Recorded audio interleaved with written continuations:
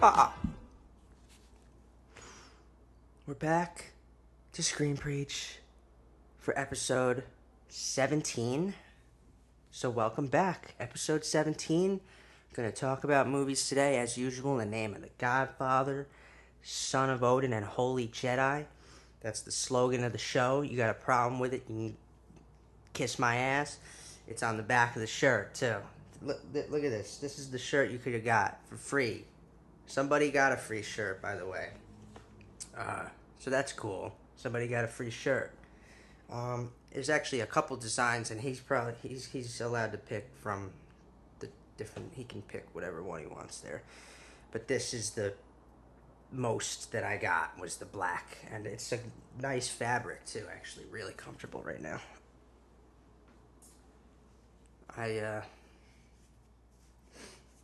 Yeah. So the slogan's on the back too. So if you can't deal with the slogan, it's on your back when you wear it. Deal with it. Let's not forget what the slogan is all about. Okay? I have that slogan because cinema's like a religion to me. Screen Preach. Name of the Godfather, Son of the Holy Jedi. And then Godfather, Son of the Holy Jedi. And I gotta go. And I pursue. Yeah. Man. What's up? Seriously, what's going on right now? Because I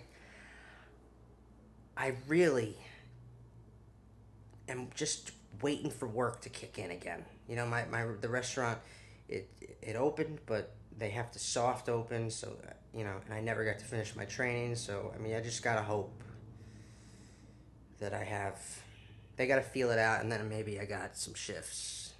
Hopefully this week, if not this week, next week. I just gotta keep hoping, and that's that. I totally forgot to open this, didn't I? What am I watching? So what's everybody watching? Again, you can always let me know what you're watching, and maybe tell me, hey, you need to check this out. Because I definitely want to know about things.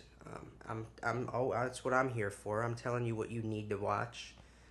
I am still doing The Outsider, Castle Rock, and you know what else I started watching, which I meant to watch when it came out, and I just never got around to it. It's been 6 years, and finally watching The Night Of, that miniseries on HBO, that one season, one and done.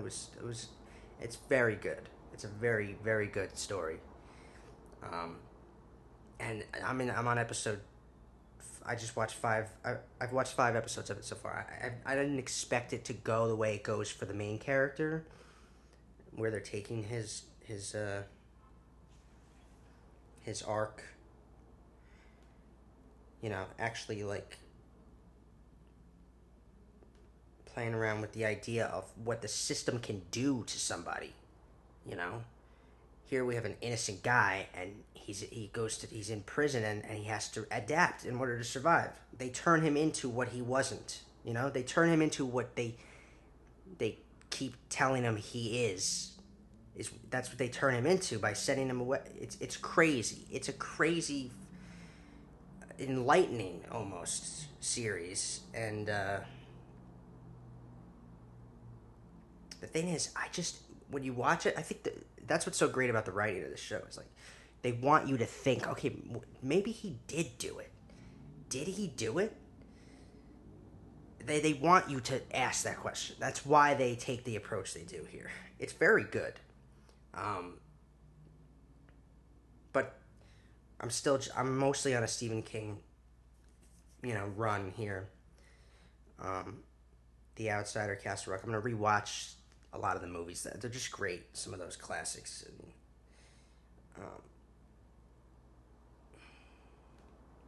but yeah, I mean, I'm all right. So I'm 5 episodes into The Outsider.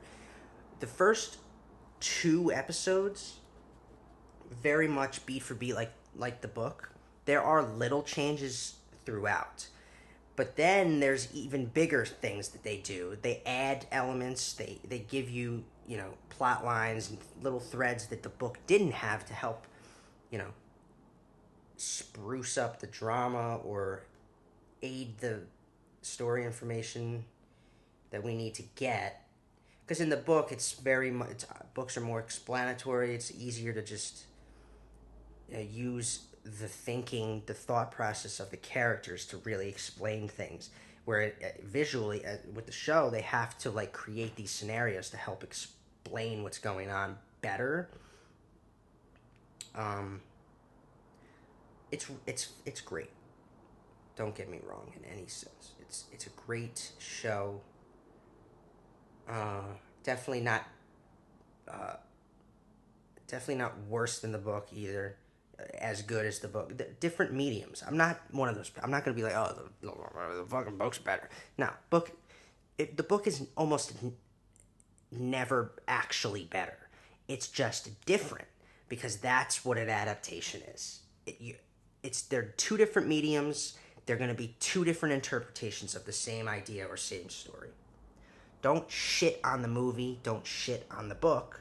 They're both equally good for their own, unless obviously the movie is bad or the show is bad.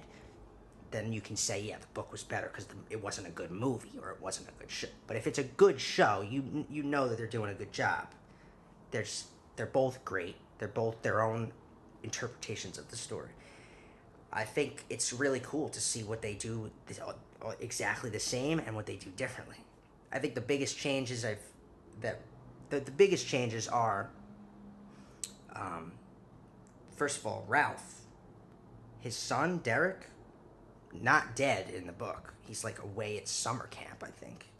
But in the show, it gives him much more of a personal connection to this case, which I thought was really powerful. What they did with the show that Stephen King didn't do in the book. He feels like he can control what happens. He can bring the actual evil that befell Frankie Peterson to justice. Whereas with his son, who in the show here, he died from cancer, you can't control that. So it gives him a more personal connection. It also helps him relate more to the other people, the other characters who are all kind of going through crazy losses. Like the Marcy, they call her Glory in the show, but it's Marcy in the book. I'm just going to say Marcy. Marcy Maitland, Glory Maitland, like, and her family going through all this tragic shit, and the Peterson family going through all. It gives Ralph and Jeannie more of a connection to those characters too by having a loss themselves. I thought that was powerful. I also think Holly Gibney in the show better than in the book. Different. I guess I can't say better, but different, and in a really powerful way because like in the book, she's still that link. She's still how this case breaks open and goes in the direction it needs to go for our main characters to actually solve this thing. But it's different. In the book, it's like she presents the unnatural as possible because she's seen unnatural things before, cases similar. Whereas in the show, she herself embodies that unnaturalness by being different and unique. She's even more unique. They take it to the further extreme. She embodies the possibility of things being unnatural because her mind works in an unnatural way and in a unique way that helps this case become solvable, and it's very cool. And from there, the necessary changes of how she finds out things is different from in the book. I also like the links that they've done. They've added connecting links to this case. They give the Holmes. They call him Hofstetter in the show, but it's Holmes in the book. Heath Hofstetter. They give him a link. So like in the book, it's just Terry and Heath. There's a link there that helps them find the outsider. In the show, they added a third link, another killing, another murder that took place, another innocent person framed by the outsider. And that was really, I didn't see that coming, and that was really cool. Also, Jack Hoskins, they changed it from a fishing trip to a hunting trip makes sense considering where his arc goes. It's very good. I recommend it, but then again, I recommend the book too. Definitely very, very good. I don't know. I haven't finished the series yet, the season. So I don't know if the same thing happens here, but I just want to mention again. I was talking about the connectivity of Stephen King's work. In the book, when I got to the climax of the book, the outsider himself, he says the word Ka. So there was a brief nod in the book to Ka, which I mentioned last week, is like this overpowering, like this all cosmic, like force kind of destiny, fate. And he mentions it for a brief second in the. It would be really cool if the show did that too, but I don't think they're gonna do it. I haven't gotten there, but I don't think they're gonna do it. We'll see. And then Castle Rock is good. It's not great. It's not the same. Something. I like a lot of the nods to things. You know, a lot of like parallels to Stephen King's works and movies and everything. And obviously, but it's just. It doesn't quite. Like, it doesn't blow my mind, let's say. I hope season 2 blows my mind a little more, because that has more of a direct connection to one of his books. It's actually about a character from one of, it's about Annie Wilkes from Misery. So that might feel more like what I'm looking for with that show. It's still good, it's just not like, doesn't blow my mind. Yeah. What else am I watching? Just rewatched some movies. A couple Al Pacino movies. Serpico is amazing. So I love Serpico. It's like probably top 3 like Pacino movies all time. I should get that poster of his. It's the poster. It's just his head fills the frame of the. I should just get that one for here for next. It's a great movie. What else? Anything else? No. Underway with Star Wars books. They're fucking awesome. They're just great. They're just fucking great. Still watching that Mandalorian docuseries a little bit too. It's so great to see behind the scenes shit. To see the making of that. I know that they hired new directors for season 2, so it's not the same crew. It's not the same minds at work, but it's Jon Favreau's. Him and Dave Filoni, they had that thing. Dave Filoni giving us Clone Wars, Rebels. He's like the next mind of Star Wars. He hails from George Lucas, and then Jon Favreau, the guy gave us the birth of the Marvel Cinematic Universe with Iron Man. That guy he can direct anything and I'll watch it. He can be the creative head of anything and I'll watch it. It was a really good episode too that I watched, and they talked more in detail about what Star Wars means and the way Dave Filoni looks at it. That was fucking great. The way he connects the Phantom Menace duel between Qui-Gon Jinn, Obi-Wan, and Darth Maul to having he made me look at it differently. It has such an impact on the whole story. That whole story. I would watch the docuseries. I just found out that Disney Plus is no longer giving out free trials for people who were using that. And I only bring that up because obviously this docuseries is on Disney Plus. I forgot to bring up all my tabs, didn't I? Gotta just make sure I don't lose the fucking recording. As we do. Anything else? I'm gonna check out Perry Mason tonight. So the Perry Mason remake on HBO, it starts tonight. It'll already be out for you when you see this. Yellowstone as well. Yellowstone returns. Can't wait for that. Obviously, I've mentioned it. Fucking go watch Yellowstone. especially if you like westerns. If you're like a fan of westerns, this is the neo western. This is like a modern day take. It's great. It's great. Um,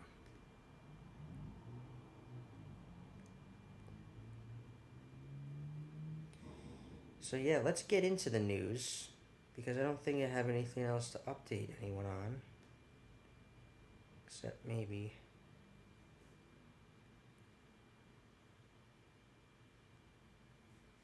Um, Except maybe that movie theaters will be open soon, and I can't wait to see Tenet.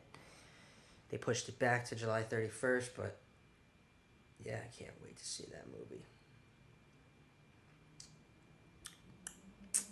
I can't believe I still do that shit. All right, news of the week. Not really much this week, but maybe some interesting stuff. They pushed back they have a new official schedule for the Oscar season and everything.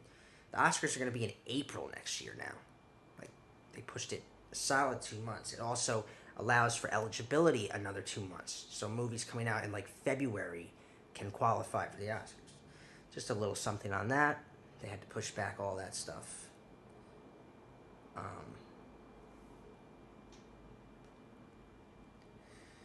Aside from that, not a whole lot of news. But I'll run through it quick.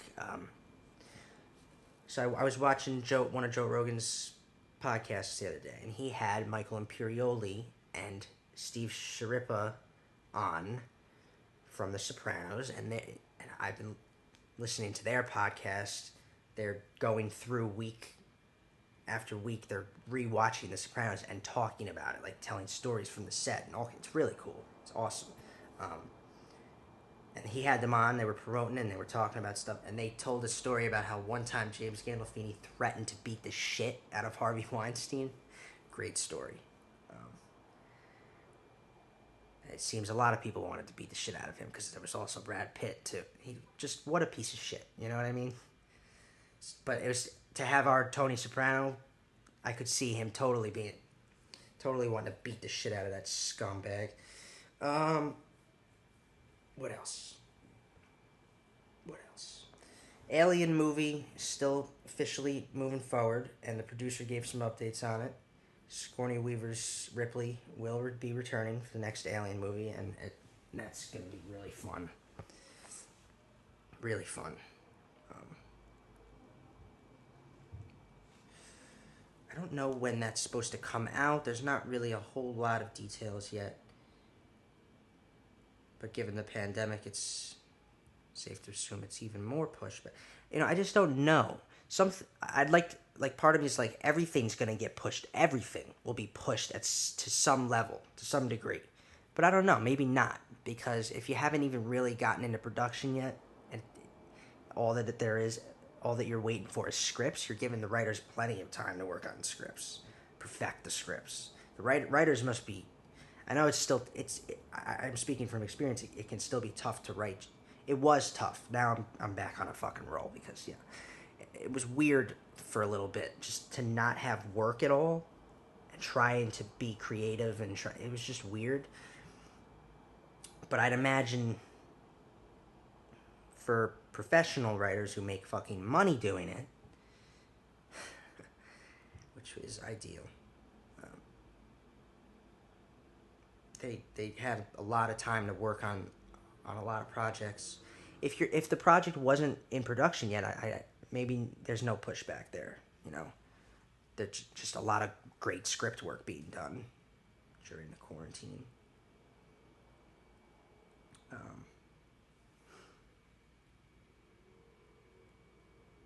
What else? I saw that Obi-Wan Kenobi TV series is probably going to use the same technology that The Mandalorian uses. And I wanted to bring this up because I'm not 100% sure the details of what that technology is.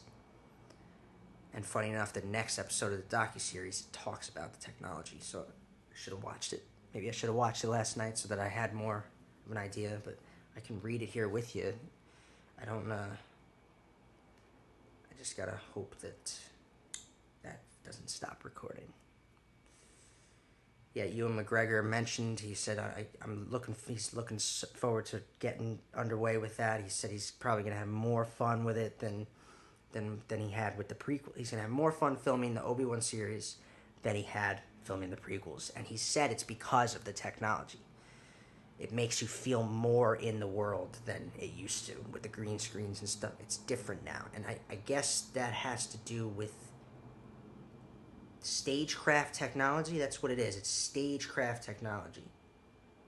Uses a rear projected LED screen to create a reactive environment. So that's what I thought. So when you see photos of them filming The Mandalorian, they have like the environment. You feel like you're on Tatooine. Like this, they have screens now that they use. It's great. It's really cool. It is considered the most groundbreaking new film technology since the green screen. And it doesn't surprise. It's always Star Wars. It is always Star Wars and George Lucas in some way.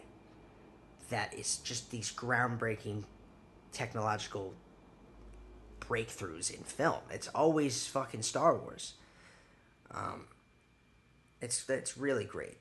I'm sure Obi-Wan Kenobi will definitely be using the same technology. McGregor teased new details about the highly anticipated Obi-Wan Kenobi TV series, and which he said he would enjoy even more filming because of the stagecraft technology. That's really cool stuff there. I also saw something. Kristen Stewart's going to play Princess Diana in a biopic. So there's that little bit of casting news. And then Dave Cope, who wrote a lot of great films in our time. He's a great screenwriter. He was supposed to write the Indiana Jones 5 script, and then he backed out. That's the latest, is that he's not writing it. But hey, that's got potential with James Mangold directing. And then yeah, looks like they're doing a Children of the Corn remake. Stephen King. We're talking about Stephen King. This is an old short story of his. They did a little adaptation of it back in the day, and it looks like they're redoing it. That one's a freaky concept. That one's like a cult of kids who think that people over the age of 18 need to die. So that's fucking freaky. But yeah, that's our news of the week. Like I said, not a lot. Oh, and I put this up too on the Instagram of Screen Preach. Does anyone remember those old Animorph books? When I was a kid growing up in school, in the school libraries, they would float around, and you'd pick them up, and they would seem cool to you because it's a person morphing into an animal on the cover. Remember those fucking books? Those were cool to me, the Animorphs.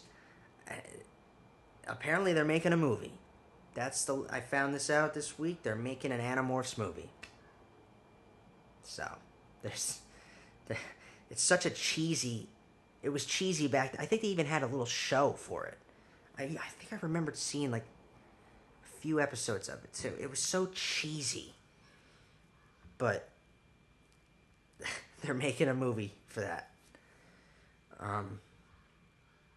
And this was just in this morning. So this is just in, breaking from Screen Preach. Michael Mann's Ferrari movie, which is supposed to be a biopic on Enzo Ferrari, which was originally going to star Christian Bale. And then when I saw Ford versus Ferrari coming out, I was confused and thought that was the same movie. It's not the same movie. Now it's Hugh Jackman in talks to play Enzo Ferrari in Michael Mann's Ferrari. So that's cool. It's funny how many of the Entourage movies that Vincent Chase starred in slowly are coming to reality in real life. There's Aquaman, and then he was in the Ferrari movie, and now there's an actual Ferrari movie. Yeah, but that's just in. Hugh Jackman. We got a Hugh Jackman thing going on here. I'm gonna talk about Logan next week. Yeah, I'm gonna go deep dive into Logan and why it's a fucking masterpiece. Or if not a masterpiece, at the very least a masterful film. To say a masterpiece means that it's the most masterful work of that director, of that filmmaker. Um, I don't necessarily know if it's James Mangold's masterpiece, because maybe that's something else. Is 3:10 to you? I don't know. See, maybe it is. But yeah, I'm going to talk about that, and I thought maybe why not transition from that? I'll talk about his latest movie, which was on HBO, which is Bad Education. I think I'll do that after Logan. Always gotta love Hugh Jackman, and he will potentially play Enzo Ferrari. That is the news of the week.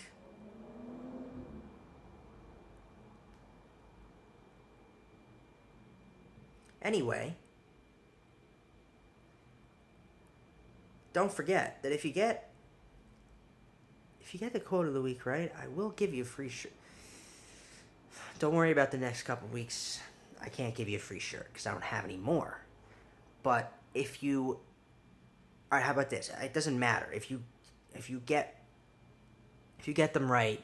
I'll keep track of it and I'll send you free shirts. Yeah. Let's get into this.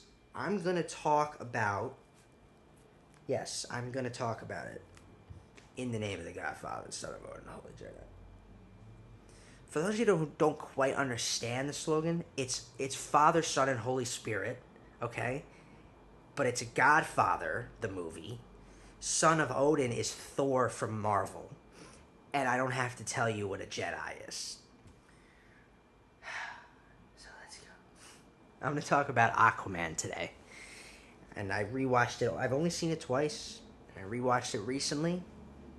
What's interesting about it is I think I liked it more the second time. So it made its rating for me go up a little bit. In terms of my numerical value on it, which is ridiculous that we put numerical values on fucking art. Whatever. Sometimes you have to do what's right, even if your heart aches against it. This was the best line in the movie, I thought, because it summed up not only what Aquaman has to realize, but it directly connects to what his mother did for him and his father. There were actually some pretty powerful lines in this movie, and powerful moments, which I didn't quite... The thing about it is, the movie gets bogged down, obviously, by all this fucking constant CGI. It's one of those CGI fests. But when you try to strip all that away, there is a pretty good story here, and it's fun to watch, and I enjoyed it more the second time. That powerful line connects to the most powerful plot thread of the film, too, you know. So in terms of story and script, unfortunately, we're in this DC conversation again here, and when it comes to DC, Aquaman does suffer from DC's connectivity fuck up, and what I mean by that is it's supposed to be an origin movie, but we've already seen him before, right? The way they do his origin in this movie is actually an interesting take, but it would have worked a little better if we had never seen him or met him before. That's just part of DC's fuck up. Let's throw every hero in a movie first instead of building to a team up. Fucking just insane. Like I said, they're going to have this continuity confusion and just, you know, you have the solo films that don't connect at all, like Joker, and then you still have this odd continuity of films that are connected to each other. That latest rumor I mentioned about Man of Steel and like Superman coming back. I saw another rumor recently that they're looking to recast. I just don't get what their approach is to these comic book adaptations. I don't understand sort of connecting and then not connecting at all. It's just confusing. And Aquaman immediately suffers from that fuck up, but with that being said, James Wan, director of the film, he does a good job. His take on this origin is still good. He still made it feel like he took a specific approach that made it an origin movie. He did a good job with what he had. Like I said, that's just, with every DC filmmaker, they have to come in and do the best with what they have, and what they have right off the bat is a mumbled storyline of connectivity. It's fine though, you focus in on your hero and the story you're telling. You should be okay. And that's as long as the studio doesn't be like, no, we have to have these nods to these things, which in this movie was okay. They didn't fucking do too much of that. This movie should have come out before Justice League. That's the point here, is that you build to your team up. I don't know. It's just, I've mentioned that before. I'll mention it again, I'm sure. I liked how Arthur comes off as a typical superhero, because Aquaman is one of the typical superheroes that's out there. It's just, he's like kind of basic, and he can control fish and all that. He's just like it's a basic concept. Is basically what I mean. But the approach to him in this movie is more compelling than I thought it would be. So, he has personal demons. He's grittier and more realistic than some flashy version like the comics presents him to be. So that was cool. I don't know what it is about the DC films that they think they have to be grittier and darker. Not that it was a dark movie. It's not a dark movie. I'm just saying the characters represent the representation of him. It's not this flashy, like, early 2000s take on him or anything. It's not Aquaman the way that I'm sure Vincent Chase's Aquaman from Entourage was. A little less like the comic book version. His motivations are what make him more multidimensional character in this movie. He refuses the call to action because of personal trauma, which made it more effective. So I did like that he just doesn't feel like he owes Atlantis anything. And then you learn quickly why you learn why that is, obviously. He runs away from his destiny and has to learn and recognize his true purpose in both Atlantis and the surface world. This is what comes to be his journey, his origin. So that's the take here. It's more like his Atlantean origin, as we sort of already have his human origin. We meet him in Justice League. We get a little of his backstory. This is his Atlantean origin. It's him embracing being as much an Atlantean as being a regular human being. He may be a warrior of good already, but this story is actually about him becoming Aquaman. That's what this is. That's why it worked still. That's why it works. Because he's just a warrior, maybe a hero. No, he's just someone who fights for good, not fully a hero yet. You know what I mean? Like he's not Aquaman yet. This is still a story about him becoming Aquaman, which was cool, and that made it work. He still has to grow up in this movie. He still has to grow and accept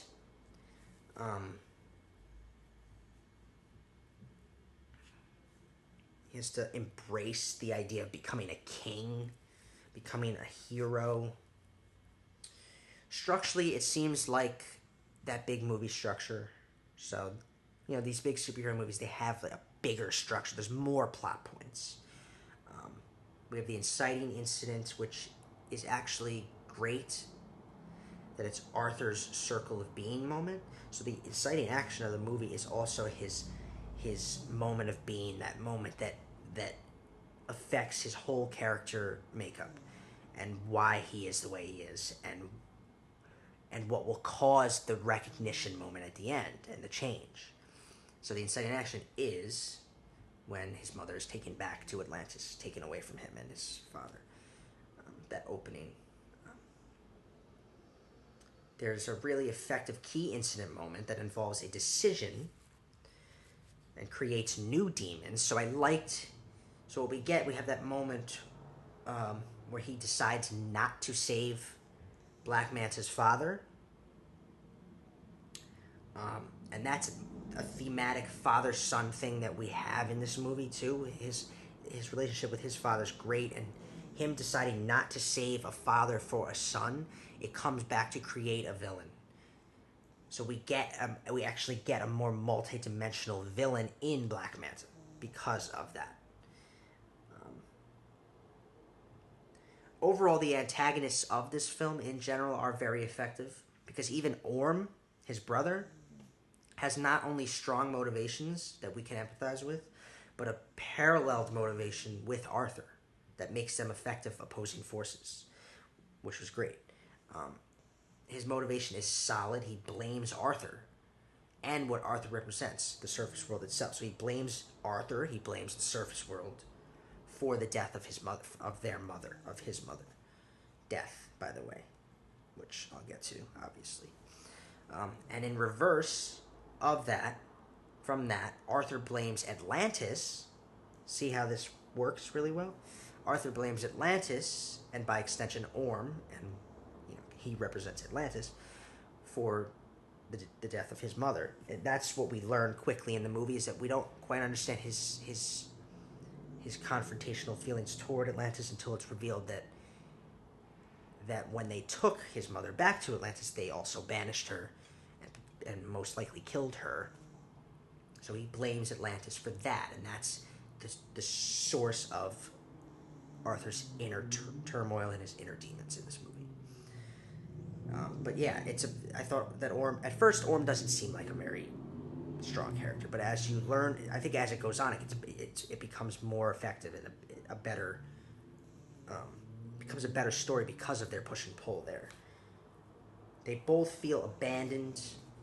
The only problem I had was that Orm makes it about destroying the surface world altogether, which weakens his motivation a little bit. It's just, it gets a little bit too much like that. I want to destroy everything. I want to, we need war. We need to, it still gave you that fucking ridiculous CG fucking climax. Why am I always touching, I don't know. I don't know.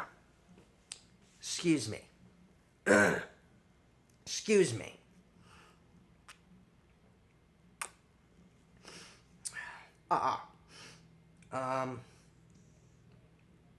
Yeah, if anyone can tell me, you guys know it.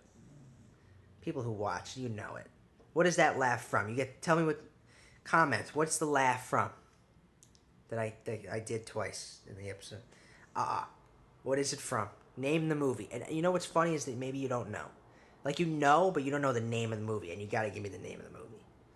Free shirt. So, with big movie structure, there are more plot points. So first, there is the true start to the film at the end of Act 1, which is Orm's attack and Arthur going with Mara to Atlantis. His capture is a pinch point. So he's captured, brought before Orm. And then their duel, they have their first brother-on-brother duel. That's the midpoint and the reversal of this movie, because it sets up an unraveling and turning point for Arthur and Mara, as she too makes a decision that changes her path. So you see how it's a turning point for characters. She decides to help Arthur, thus betraying her own family and everything. It's also the midpoint because it's the opposite of the climax.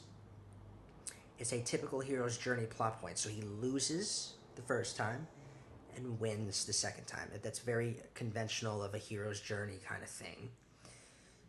So the first duel he loses, second duel he wins.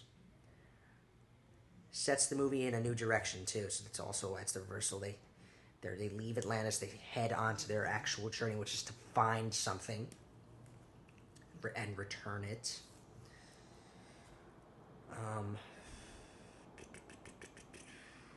And on that journey, he has to grow and become stronger so that to return and beat his brother when they fight again. The reason it works so well, too, is because it's about two powerful and honestly decent men. I think Orm is even decent at heart. He's just angry, clouded. His judgment is clouded. I think, like I said, I think he's very relatable motivations. So they make it about Arthur fighting him in his territory too, which was cool. That's just a cool.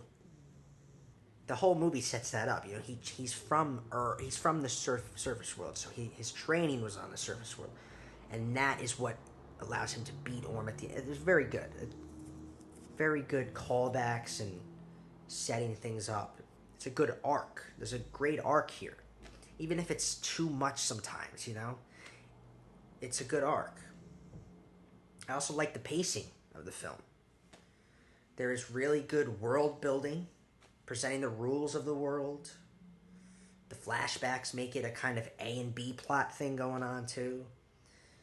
Those moments are the true origin moments that we needed to have if this was truly going to be an origin movie. So like, that's how he makes it work. That's how he makes it an effective origin movie. He gives you flashbacks. It's the only way it was going to work. Once again, being a spectacle, so it is a spectacle. It's got those set piece plot points. So it's big movie structure and set piece plot points. Set pieces being those big sequences with their own beginning, middles, and ends. We have the Sahara sequence with that clue. So the clue is that's probably pinch 2. You know, the water on they find the way to the map. Was it a map? I don't even remember now. Look at me. The fight with Manta is plot point 2 because it's his own mistake coming back to bite him in the ass, and he loses too. He loses that fight, so it's like a down and out moment. That had to have been Act 2. You know, the end of Act 2, plot point 2.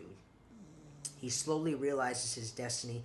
You know, him losing is important. That was another thing about he loses a lot. He loses a lot of fights. It was important for his growth. You know, his ability to control animals, I think, was a really cool setup for what would be the thing that makes him different from everyone else, makes him truly the king, the hero, Aquaman. They set it up in the beginning, and it comes back to be that unique quality that foreshadowed his true destiny. But I thought it was cool that he has to, like, keep falling down and getting back up. So he loses. This is him growing and becoming, you know, him having to stop being almost stubborn about it and embrace who he really is. And who he really is Aquaman. That's why that moment when he comes with all the creatures of the sea, that's Aquaman. That's an Aquaman moment. That's the true turn into his true moment of embracing who he is. It's even him obtaining the trident too. You know, he's the only one who could have been able to speak to the creature guarding the trident. He's the only one. He's the heir to that trident, and he's the true king. He's Aquaman. I thought that was all very good. I didn't think there was anything that I could really complain about there. The reaffirmation is the reunion with his mother, and it's also a recognition moment because he realizes he's more than a king. He's a hero. Thus is able to obtain the trident. So it's like I said in the beginning, that's the main plot thread of this movie, is his building to that reunion with his mother. It's a really powerful moment where he becomes Aquaman with the iconic suit and everything. That was great. The climax is obviously the second duel with his brother, which effectively becomes like two brothers fighting all the time, and a mother has to come in and break it up. So that was really like a brother on brother fight with the mother jumping in and stopping them. Because I think at the heart of this movie, there's a real theme of family. So that's why that climax ended up being as powerful as it was. More than I thought it would be originally. I go into these movies with a little doubt because of what DC did. So I'm always happy when they can come out with something effective and at the very least decent. And then direction-wise, I have to acknowledge some things. So, when this movie was coming out and before it came out, there was a lot of hype about how the underwater stuff would be filmed, how this whole thing was gonna, what James Wan's approach to this was. I have to give props to the way he shot this film, and specifically the intense action sequences and the fight scenes. Aside from being choreographed to have stellar fight moves, it's orchestrated and filmed with more fluid and freeing camera movements to give it a certain feel and energy that's like you're underwater. I'm not sure what he used exactly. I don't want to get into like technology wise. I don't know exactly what he used, but giving that camera that freedom, it feels like you're underwater with those shots, even when you're on the surface world. So he sets it up right away how this is going to feel in that first fight, which is not underwater. It's in the house when his mother, is it Atlanta? Queen Atlanta? When Nicole Kidman's character, Atlanta, when she's fighting in that sequence, that first fight scene sets up the feel of the movie. Even when you're not underwater, you get that flow, that feel, that freedom. The entire energy of life in Atlantis, which is to say life underwater, given the perspective of someone who would actually live in the Atlantean environment. So right off the bat,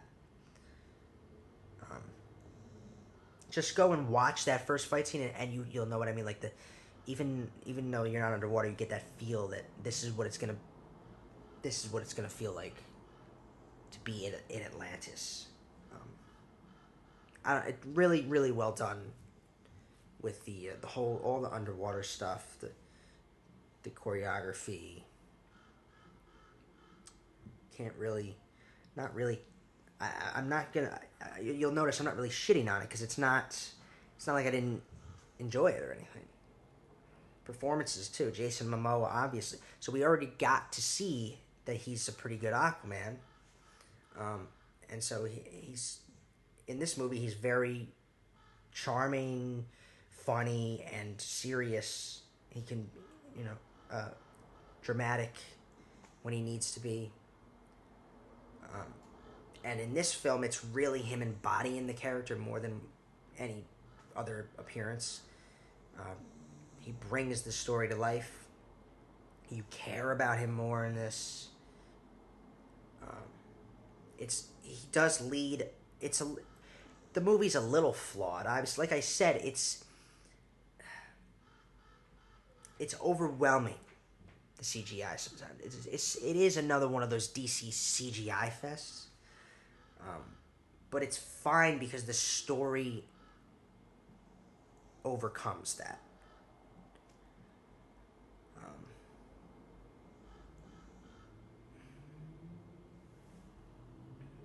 Climax was over the top.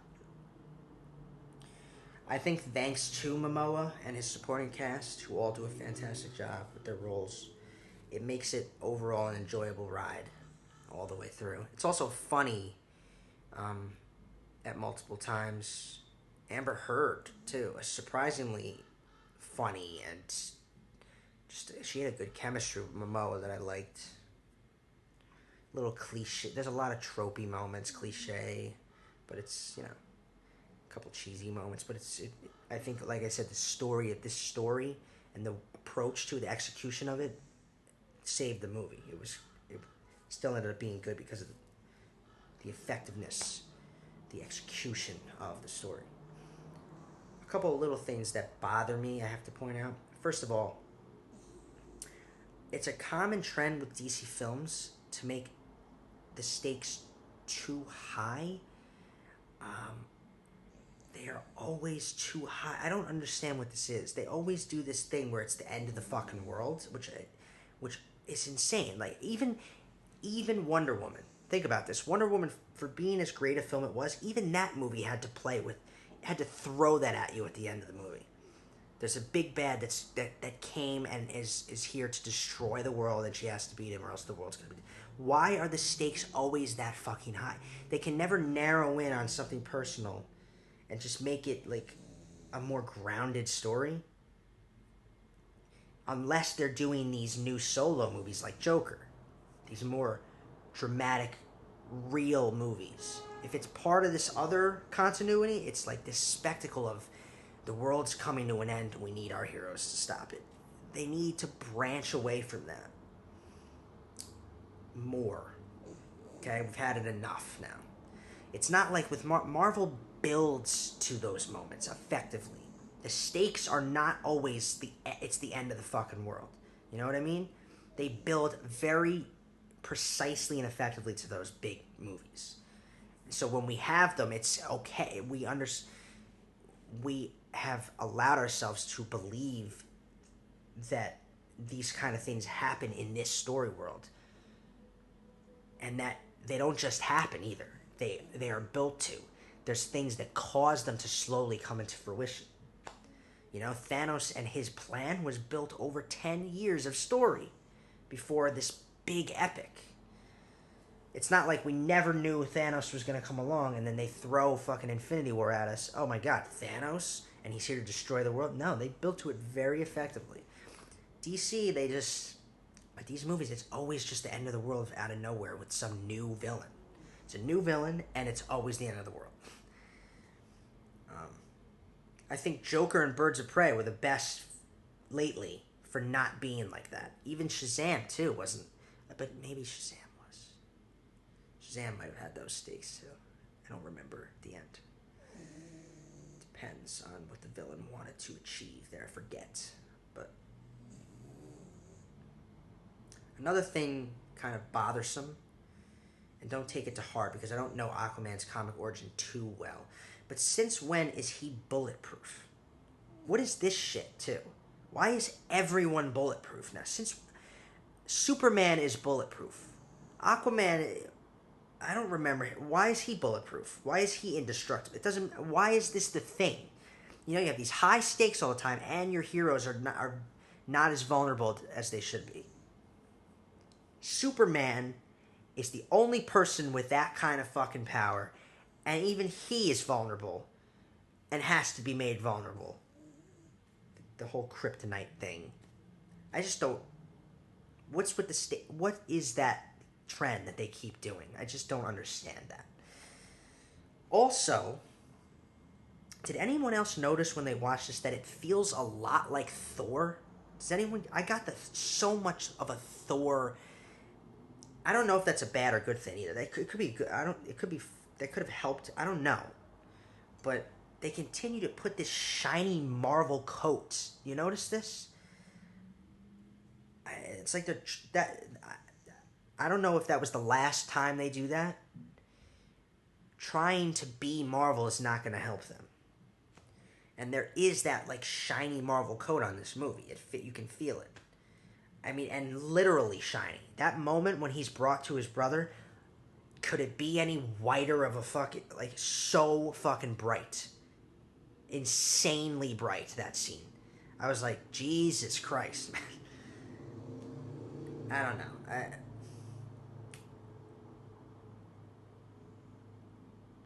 don't know. Either way, it's good enough. Like, Wonder Woman was good and Aquaman is good, I liked the journey, his mission, the history of the people of Atlantis too, which is explored in depth. I liked it.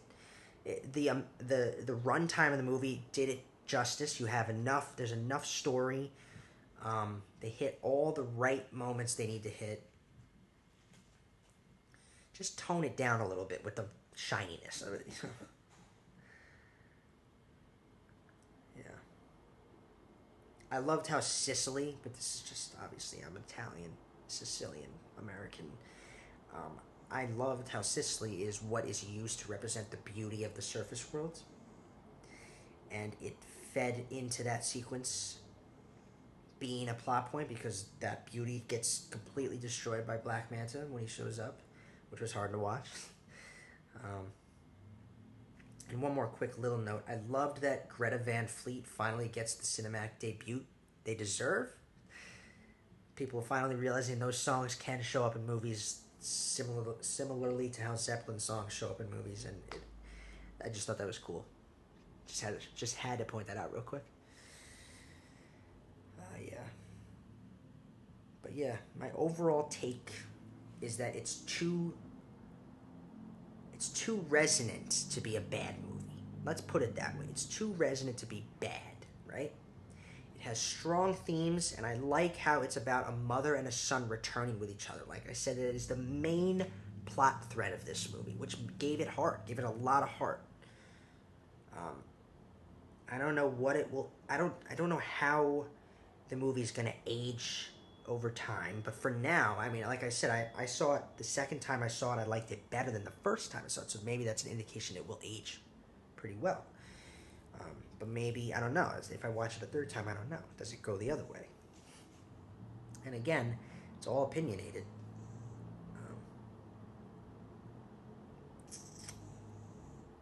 I do still wonder what it would be like if they did an Aquaman that was more grounded and not so shiny. So what if they did that? I'm just curious.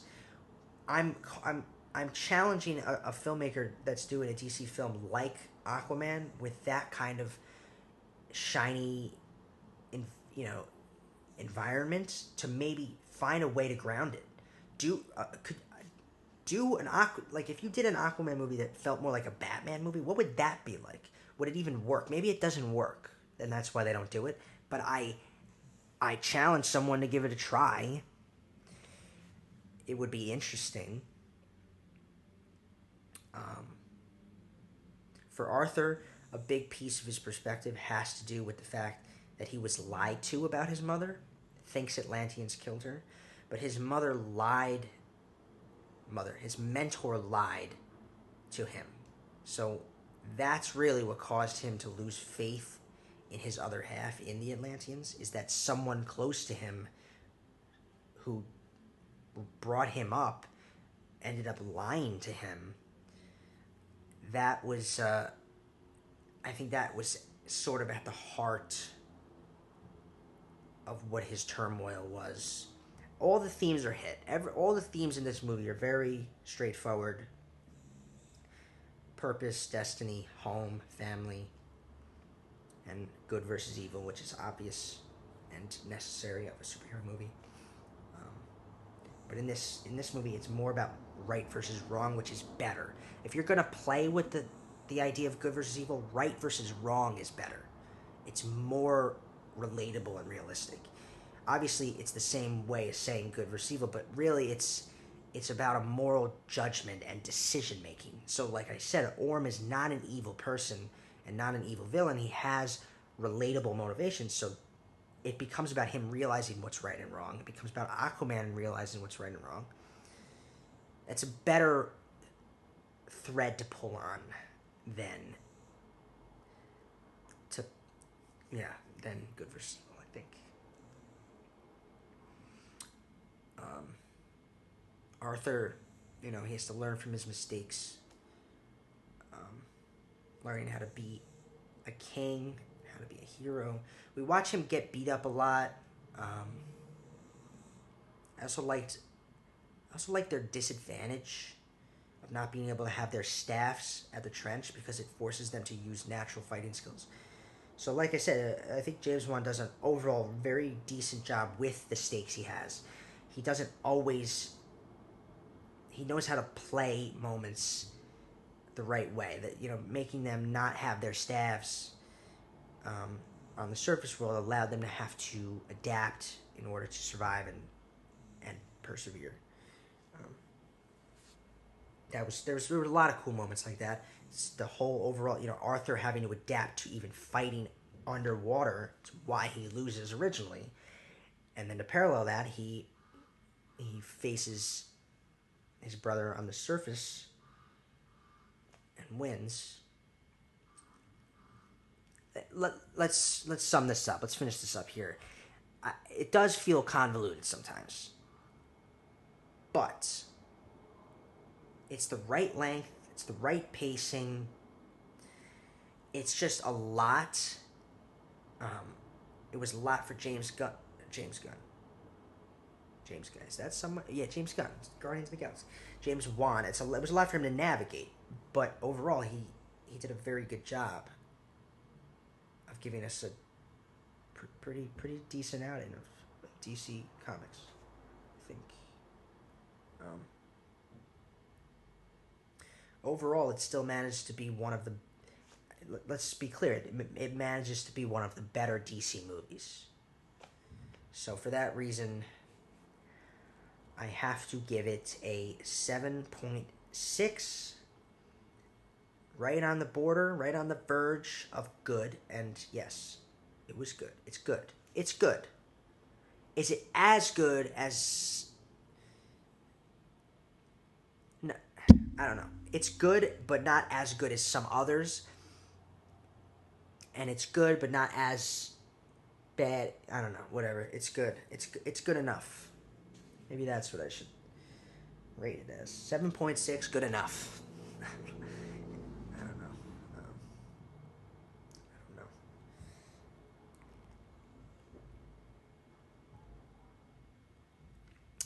I don't know. Why do I always... I don't know. What don't I know?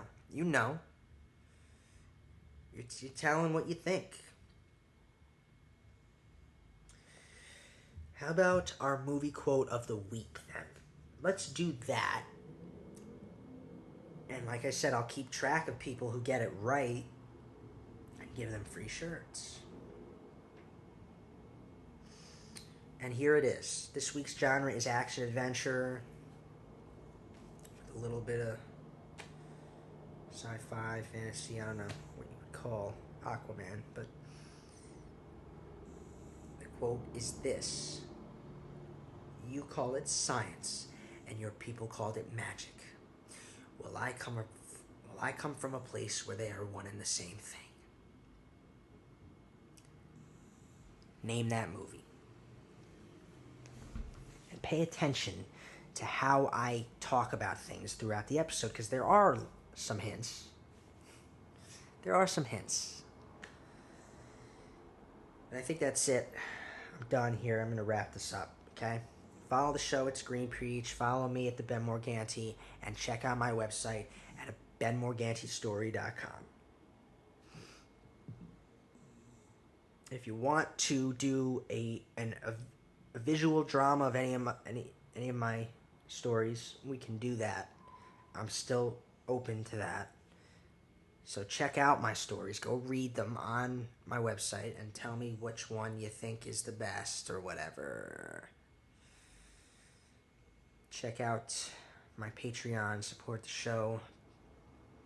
Patreon.com/Ben Morganti.